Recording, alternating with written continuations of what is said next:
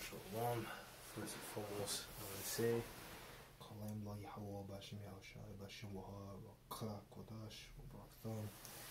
to warn the elders and apostles of Great Millstone. Peace and blessings to the Fulek. Young brother here, Shamash one.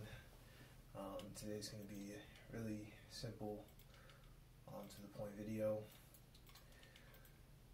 We're going to start off with Proverbs 27:19. As in water, face answereth to face, so the heart of man to man. Alright, so let's get in some other translations. NLT version, as a face is reflected in water, so the heart reflects the real person. Okay, so when you look at yourself in water, right, which I've done videos by the water before, by the waterfront, and you can see your reflection in the water. That same kind of principle goes in with the heart, right? Your heart, your mind, your lob, it shows who you really are. That's how we can catch men who are lukewarm, men that aren't brotherly, so on and so forth. We catch them through their actions, which their heart, we can see that they're not lukewarm, that they're lukewarm in their mind through their actions, whether they're not posting enough, whether they're always coming late to camp. And I mean, not like 10, 20, 30 minutes, right? I mean, like, they're coming to camp when camp is almost over, which brothers have spoken on. That's their heart. Their mind is reflected in their actions. So in their mind, they're doubtful, or they have other things that they're putting above this truth, whether it be family or woman or kids, which it's not unlawful. It's not exactly recommended to be making babies, but you always got to put the truth before everything, man. So it's the book of 1 Timothy chapter 6 verse 3. If any man teach otherwise and consider not the wholesome words, even the words of our Lord Yahushua Mashiach, into the doctrine which is according to godliness, right? And that word for wholesome, let's go ahead and let me get it in the blue letter, because I was on the King James. I don't think I have any breakdowns for this one anyway. I mean, when I say breakdowns, right, because someone will say, oh, you don't have to break, I have the breakdown. I mean, like, I have certain scriptures inside the King James where I put little blurbs in there, which is just extra info that I like to bring out during sit-downs. During camps, it may not exactly be necessary.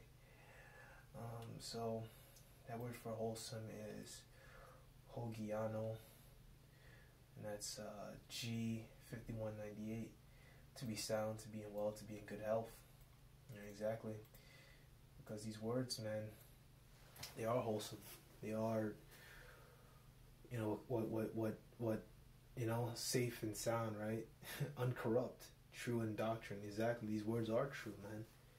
And they do make you well. What's so wrong with being brotherly? That was kind of that part of our doctrine, that part of our belief, man, of this truth. It's beautiful. It's whole. You got here whole, wholesome, right, in health, safe and sound. Exactly. Everything here, like, it's not corrupted like everything else, man. I mean, love the Lord your power. Treat your brothers right. I don't really understand what's the whole issue, which we already know the deal. People out here, certain men, they don't got the spirit on them to love their brothers, man, to be brotherly, to have passion for this thing, to really want to grow and learn, man. This is the book of 1 Timothy 6 verse 4, right? So referring to people that don't want to consent to wholesome words, right? Let's actually check out that word consent real quick, and then we'll move on, because I got a little bit more ground to cover. Proser komai, which is G4334. Approach, draw near to, right? So consent, come near to, right? Now, within a society, we know the bullshit, right? But when a woman is consenting He's consenting to you, you know, putting in work, right? It's that same thing. These guys, they don't want to draw near to wholesome words or this truth. They just want to be niggas. This is the book of they just want you guys already know, man. Verse 4.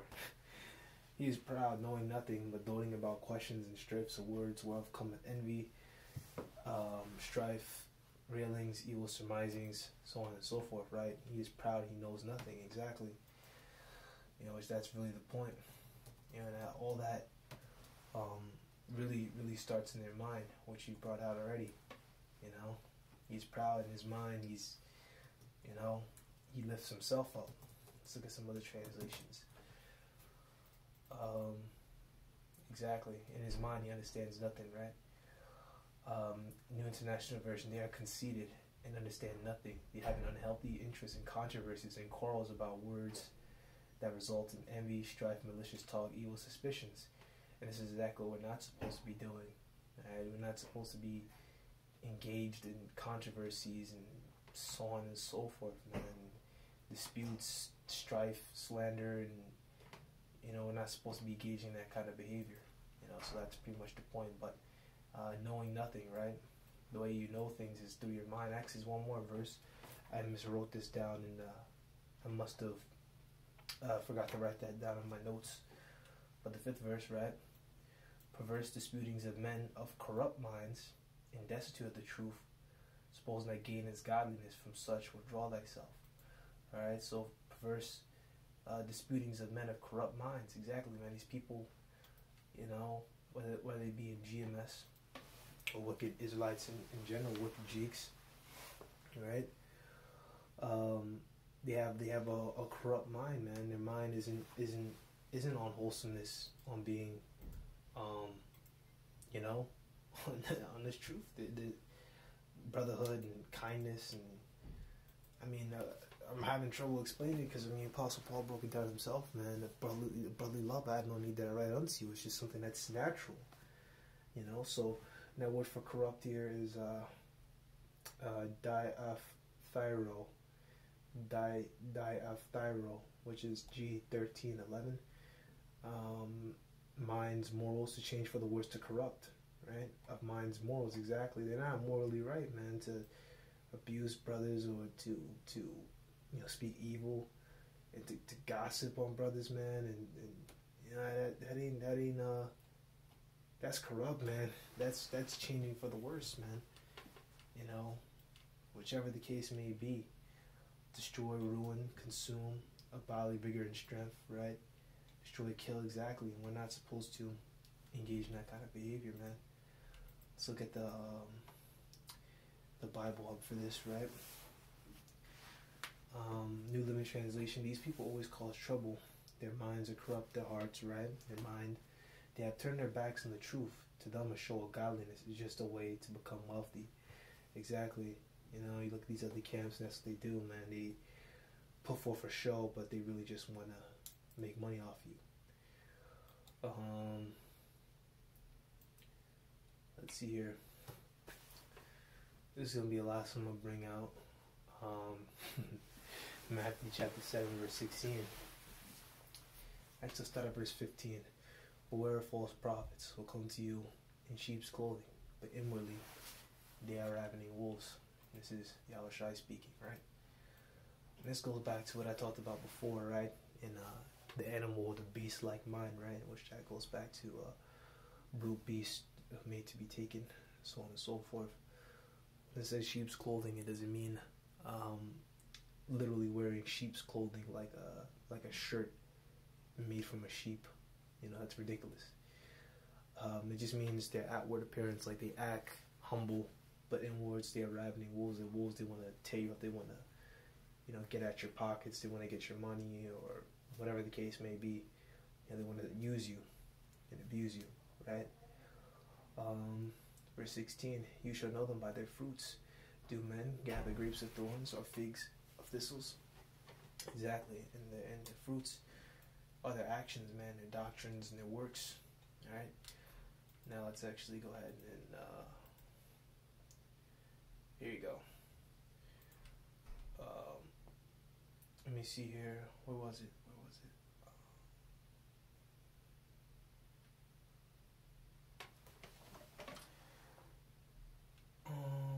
There was something I found. I can't find it now. Okay, here we go. Give me one moment. Common fruit. Let me see here. Good doctrine. I'll pause and have a look. Yeah, so I found it. This is the Gill's exposition of the Bible for BibleHub.com. This was for Matthew 7:16. Though in the last sentence must be taken for berries which grow on some thorn bushes, and not what are properly grapes. For grapes do not grow upon, and not to be gathered from thorns and bramble bushes. The meaning of our Lord is that from the false doctrines of men comes no good fruit of faith, holiness, joy, peace, and comfort. The doctrines are like thorns, which prick and pierce and give pain and uneasiness, and like thistles choke and are unprofitable, afford no solid food, nourishment. Either words eat do as do a canker, as canker are contrary to vital, what do you say, religion, which is really a way of life. But these guys didn't really understand powerful godliness. So, right? So, like grapes, you're not supposed to gather grapes from thorns, right? Which grapes is a good fruit, right? You can make they make like wine out of grapes and shit like that, right? It means that good fruit are not gonna grow upon things that have plants that have thorns. You're not supposed to pick out. You're not gonna find good fruit, which they explained here, right? Faith, holiness, brotherhood, so on and so forth, out of people that in their mind aren't right. You're not gonna find that goodness out of them, man. Out of them, out of the way they act and out of their doctrine. Which that all goes back to what? Their mind. Right? And Yahushua breaks it down even more, verse 17. Even so, every good tree bringeth forth good fruit, but a corrupt tree brings forth evil fruit. So, that pretty much explains itself, man. Let's see here, verse 18. A good tree cannot bring forth evil fruit, neither can a corrupt-free tree bring forth good fruit. Exactly. So if you're a brother and you're sincere, man, though you may not be perfect, right? Because we're in these fleshly bodies, but you continue to grow in this thing, and I'm still growing too. I'm not perfect. Forget the little buzzing sound. My charger's old.